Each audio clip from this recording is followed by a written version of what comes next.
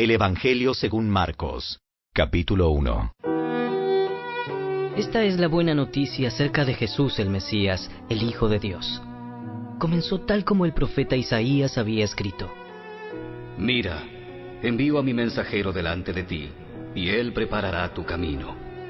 Es una voz que clama en el desierto. Preparen el camino para la venida del Señor. Ábranle camino. Ese mensajero era Juan el Bautista. Estaba en el desierto y predicaba que la gente debía ser bautizada para demostrar que se había arrepentido de sus pecados y vuelto a Dios para ser perdonada. Toda la gente de Judea, incluidos los habitantes de Jerusalén, salían para ver y oír a Juan.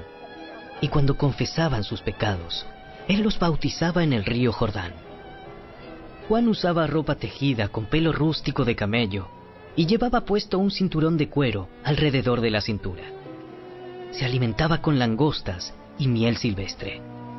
Juan anunciaba: Pronto viene alguien que es superior a mí, tan superior que ni siquiera soy digno de inclinarme como un esclavo y desatarle las correas de sus sandalias. Yo los bautizo con agua, pero Él los bautizará con el Espíritu Santo. Cierto día, Jesús llegó de Nazaret de Galilea, y Juan lo bautizó en el río Jordán. Cuando Jesús salió del agua, vio que el cielo se abría y el Espíritu Santo descendía sobre él como una paloma. Y una voz dijo desde el cielo: Tú eres mi Hijo muy amado, y me das gran gozo. Luego, el Espíritu lo impulsó a ir al desierto, donde Jesús fue tentado por Satanás durante 40 días. Estaba a la intemperie, entre los animales salvajes, y los ángeles lo cuidaban. Más tarde, después del arresto de Juan, Jesús entró en Galilea, donde predicó la buena noticia de Dios. Por fin ha llegado el tiempo prometido por Dios.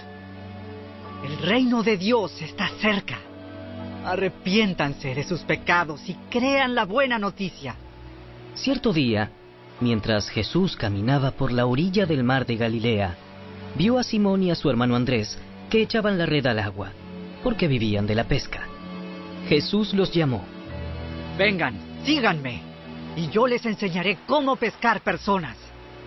Y enseguida dejaron las redes y lo siguieron. Un poco más adelante por la orilla, Jesús vio a Santiago y a Juan, hijos de Zebedeo, en una barca, reparando las redes. Los llamó de inmediato, y ellos también lo siguieron, dejando a su padre Zebedeo en la barca con los hombres contratados. Jesús y sus compañeros fueron al pueblo de Capernaum. Cuando llegó el día de descanso, Jesús entró en la sinagoga y comenzó a enseñar.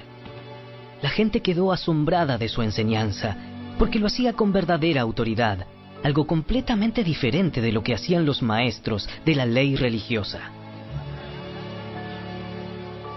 De pronto, un hombre en la sinagoga que estaba poseído por un espíritu maligno comenzó a gritar: ¿Por qué te entrometes con nosotros? Jesús de Nazaret, has venido a destruirnos. Yo sé quién eres, el Santo de Dios. Cállate. Sal de este hombre. En ese mismo momento, el espíritu maligno soltó un alarido. Le causó convulsiones al hombre y luego salió de él. El asombro se apoderó de la gente y todos comenzaron a hablar de lo que había ocurrido. ¿Qué clase de enseñanza nueva es esta? Tiene tanta autoridad. Hasta los espíritus malignos obedecen sus órdenes.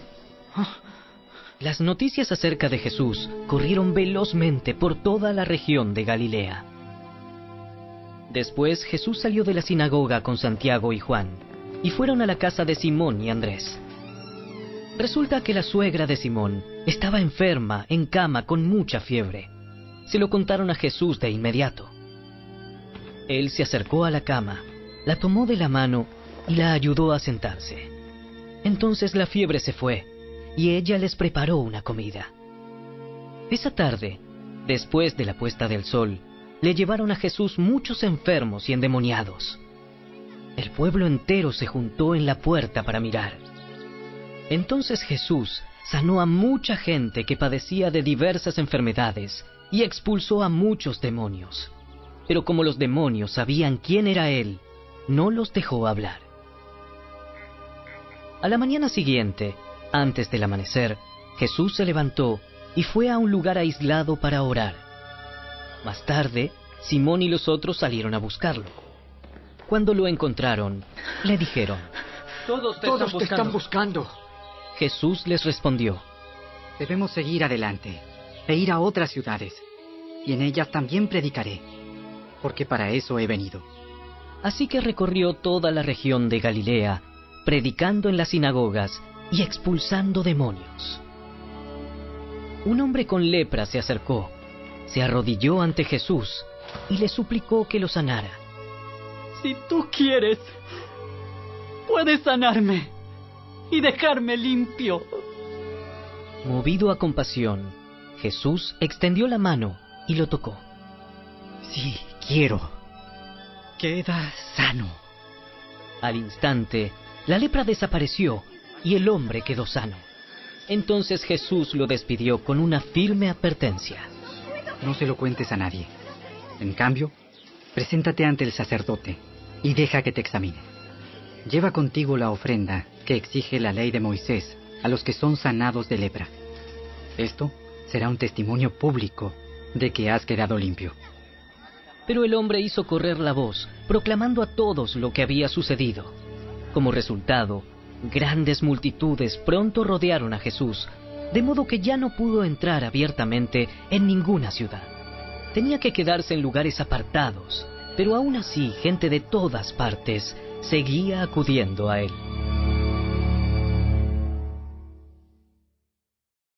Capítulo 2. Cuando Jesús regresó a Capernaum, varios días después, enseguida corrió la voz de que había vuelto a casa. Pronto el lugar donde se hospedaba estaba tan lleno de visitas que no había lugar ni siquiera frente a la puerta.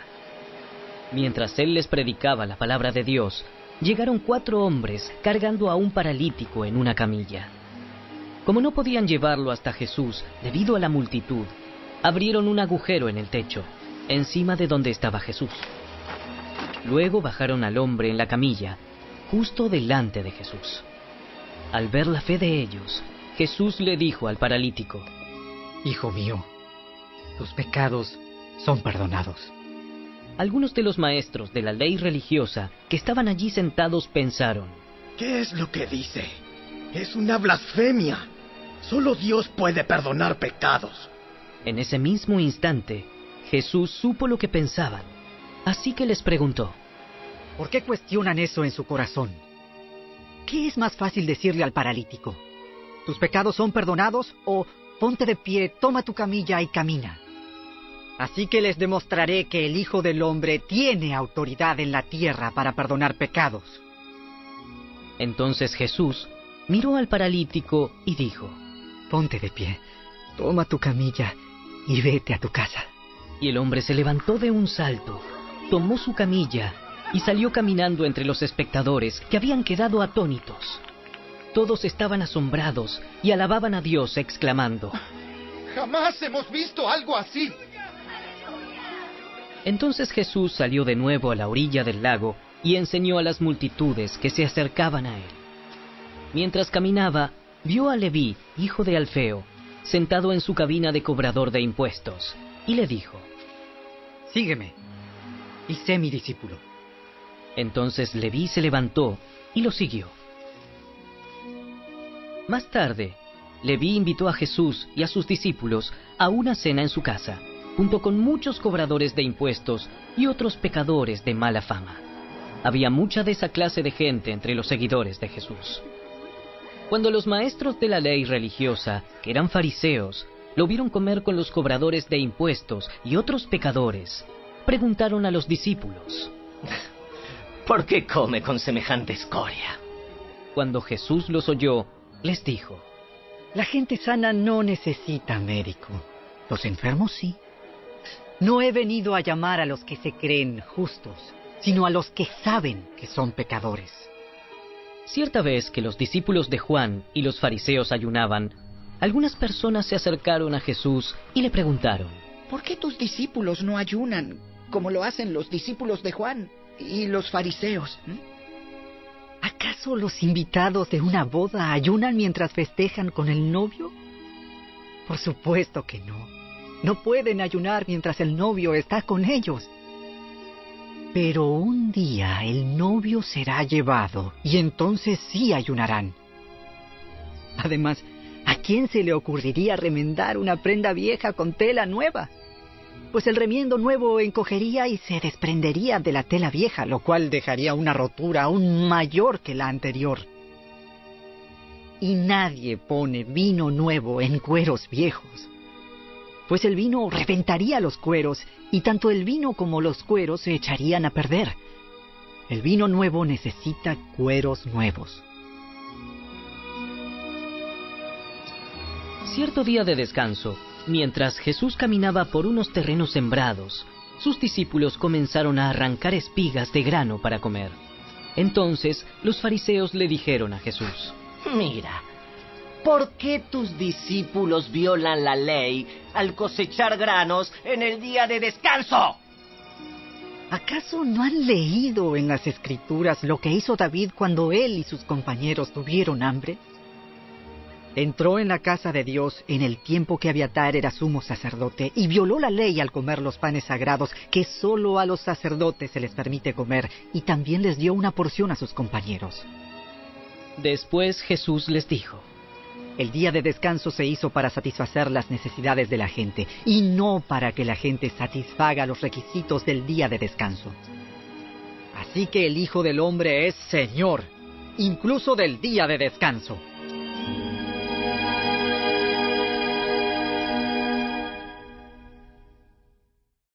Capítulo 3. Jesús entró de nuevo en la sinagoga y vio a un hombre que tenía una mano deforme. Como era el día de descanso, los enemigos de Jesús lo vigilaban de cerca. Si sanaba la mano del hombre, tenían pensado acusarlo por trabajar en el día de descanso. Jesús le dijo al hombre con la mano deforme: ven y ponte de pie frente a todos. Luego se dirigió a sus acusadores y les preguntó: ¿permite la ley hacer buenas acciones en el día de descanso? ¿O es un día para hacer el mal? ¿Es un día para salvar la vida o para destruirla? Pero ellos no quisieron contestarle. Jesús miró con enojo a los que lo rodeaban, profundamente entristecido por la dureza de su corazón. Entonces le dijo al hombre: extiende la mano. Así que el hombre la extendió, y la mano quedó restaurada. Los fariseos salieron enseguida y se reunieron con los partidarios de Herodes para tramar cómo matar a Jesús. Jesús fue al lago con sus discípulos, y una gran multitud lo siguió. La gente llegaba de toda Galilea, Judea, Jerusalén, Idumea, del oriente del río Jordán y de lugares tan al norte como Tiro y Sidón. Las noticias sobre sus milagros corrían por todas partes, y una enorme cantidad de personas llegó para verlo. Jesús encargó a sus discípulos que prepararan una barca para que la multitud no lo apretujara. Ese día sanó a tanta gente que todos los enfermos empujaban hacia adelante para poder tocarlo. Y cuando los que estaban poseídos por espíritus malignos lo veían, los espíritus los arrojaban al suelo frente a él y gritaban: ¡tú eres el Hijo de Dios! Pero Jesús ordenó severamente a los espíritus que no revelaran quién era él. Tiempo después, Jesús subió a un monte y llamó a los que quería que lo acompañaran. Todos ellos se acercaron a él. Luego nombró a 12 de ellos y los llamó sus apóstoles. Ellos lo acompañarían y él los enviaría a predicar y les daría autoridad para expulsar demonios.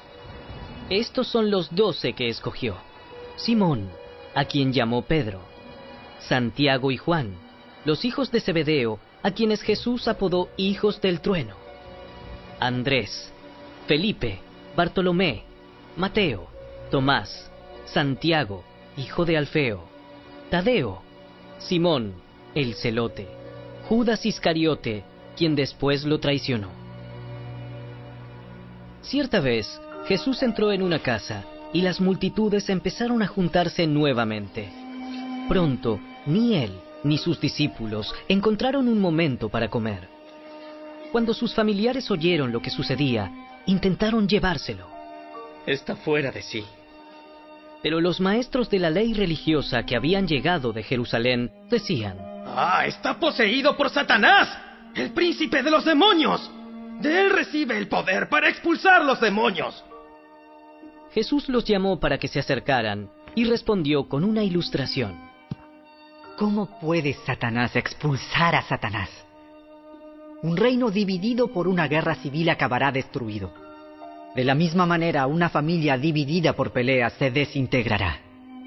Si Satanás está dividido y pelea contra sí mismo, ¿cómo podrá mantenerse en pie?